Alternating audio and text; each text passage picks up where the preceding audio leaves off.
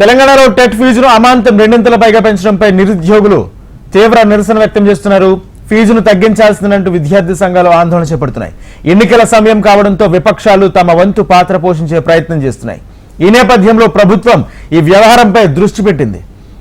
ఎన్నికల సమయంలో ఇలా చేయడం సరికాదని ప్రభుత్వ వర్గాల్లోనే తర్జన భర్జన జరుగుతోంది. ముఖ్యమంత్రి కార్యాలయం కూడా దీనిపై ఆరా తీసినట్లు విద్యాశాఖ వర్గాలు తెలిపాయి.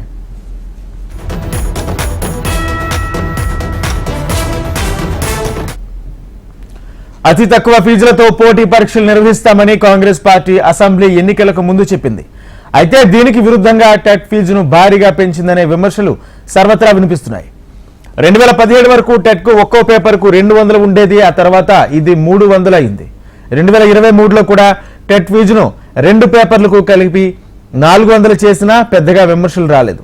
కానీ ఇప్పుడు ఏకంగా ఒక పేపర్ కు 1000, 2 పేపర్లు అయితే 2000 ఫీజుని నిర్ణయించారు. ఈ ఏడాది దాదాపు 3 లక్షల మంది బిఈడి, డిఈడి ఉత్తీర్ణులు టెట్ రాసేందుకు సన్నద్ధమవుతున్నారు.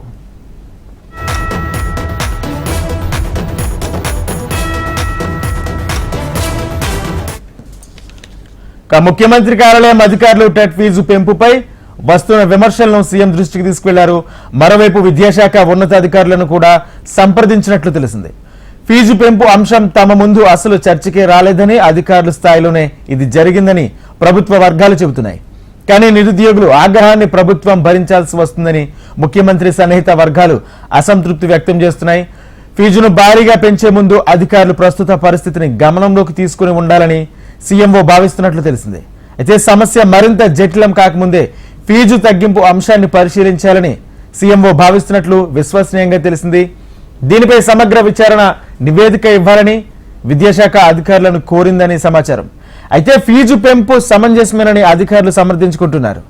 ఉపాధ్యాయ నియామక పరీక్షకు నిర్ణయించిన ఫీజు విషయంలోనూ తొలిత కొంత వ్యతిరేకత వచ్చినా తర్వాత సద్దుమణిగిందని విద్యాశాఖ అధికారులు అంటున్నారు.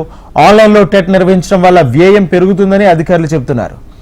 సర్వర్ల నిర్వహణకు ఎక్కువ మొత్తం ఖర్చు చేయాలని అంటున్నారు. ఈ కారణంగా టెట్ ఫీజు చెల్లించాల్సి వచ్చిందనేది అధికారుల వాదన. అయితే ఏది ఏమైనా దీనిపై పునరాలోచన దిశగా ప్రభుత్వం అడుగులు వేస్తుంది. టెట్ ఫీజును తగ్గించేందుకు ప్రభుత్వ వర్గాలు పరిశీలిస్తున్నాయి. ఇదే అంశానికి సంబంధించి పూర్తి సమాచారం మా ప్రతినిధి ప్రవీణ్ ఫోన్ లైన్ ద్వారా అందిస్తారు. ప్రవీణ్, చెప్పండి, ప్రస్తుతం టెట్ ఫీజుల పెంపు విషయం గందరగోళం గురి చేస్తున్న, రాజకీయంగా ఇది ప్రతిపక్షాలు వాడుకునే అస్త్రంగా మారిందని చెప్పుకోవచ్చు. దీనికి సంబంధించి విద్యాశాఖ అధికారులు ఏ విధంగా స్పందించే అవకాశం కనిపిస్తుంది? రాజేంద్ర, ఇప్పటికీ తెలంగాణ ప్రభుత్వం మాత్రం టెట్ నిర్వహించాలని చెప్పేసి కూడా ఇప్పటివరకే నిర్ణయం తీసుకుంది. 2017 వరకు మాత్రం టెట్ కు ఒక్కొక్క పేపర్ కు 200 రూపాయలు ఉండేది. తర్వాత 300 అయింది. 2023లో టెట్ ఫీజును కూడా 2 పేపర్లకు కలిపి 400 చేశారు అని చెప్పేసి కూడా ఇప్పటివరకే విమర్శలు కూడా వస్తున్న సిచ్యువేషన్ కనిపిస్తుంది. కానీ ఇప్పుడు ఏకంగా 1000 రూపాయలకు సంబంధించి మాత్రం 1000 రూపాయలు పెంచాలని చెప్పేసి కూడా ఇప్పటివరకే భావిస్తున్నట్టు సమాచారం. 2 పేపర్లు కలిపితే 2000 ఫీజు కూడా ఉంటుంది. కాబట్టి దీనిపైన కూడా ప్రభుత్వం ఒక పునరాలోచన చేయాలని చెప్పి కూడా ఇప్పటివరకే నిరుద్యోగులందరూ కూడా కోరుతున్నారు. రాష్ట్ర వ్యాప్తంగా ఇప్పటివరకే 3 లక్షల మంది బీఈడి, డిఈడి చేసిన ఉత్తీర్ణులైన వారు మాత్రం ఉన్నారు. కాబట్టి వారికి సంబంధించిన మాత్రం ప్రభుత్వం ఏ విధంగా ఆలోచన చేయబోతుందనే దానిపైన కూడా ఒక క్లారిటీ అయితే రావాల్సింది. ఇప్పటివరకే విద్యాశాఖ నుంచి కూడా సీఎం కార్యాలయం వచ్చు, అదేవిధంగా ముఖ్యమంత్రి వర్గాలు కూడా ఇప్పటివరకే ప్రభుత్వ వర్గాలన్నీ కూడా ఎందుకు ఫీజును పెంచాల్సి ఉంటుంది, ఫీజును పెంచితే మాత్రం ఎలాంటి ఇబ్బందులు లేకుండా కూడా పరీక్షలు నిర్వహించడానికి అవసరమవుతుంది అనే దానిపైన కూడా ఒక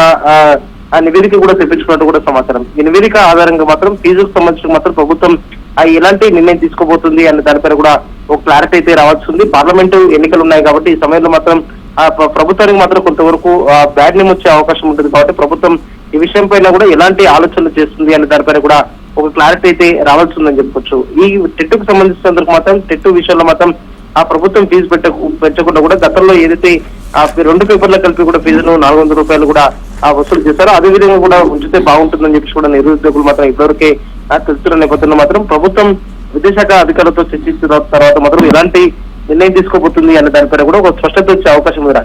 Rajendra, right, thank you Praveen.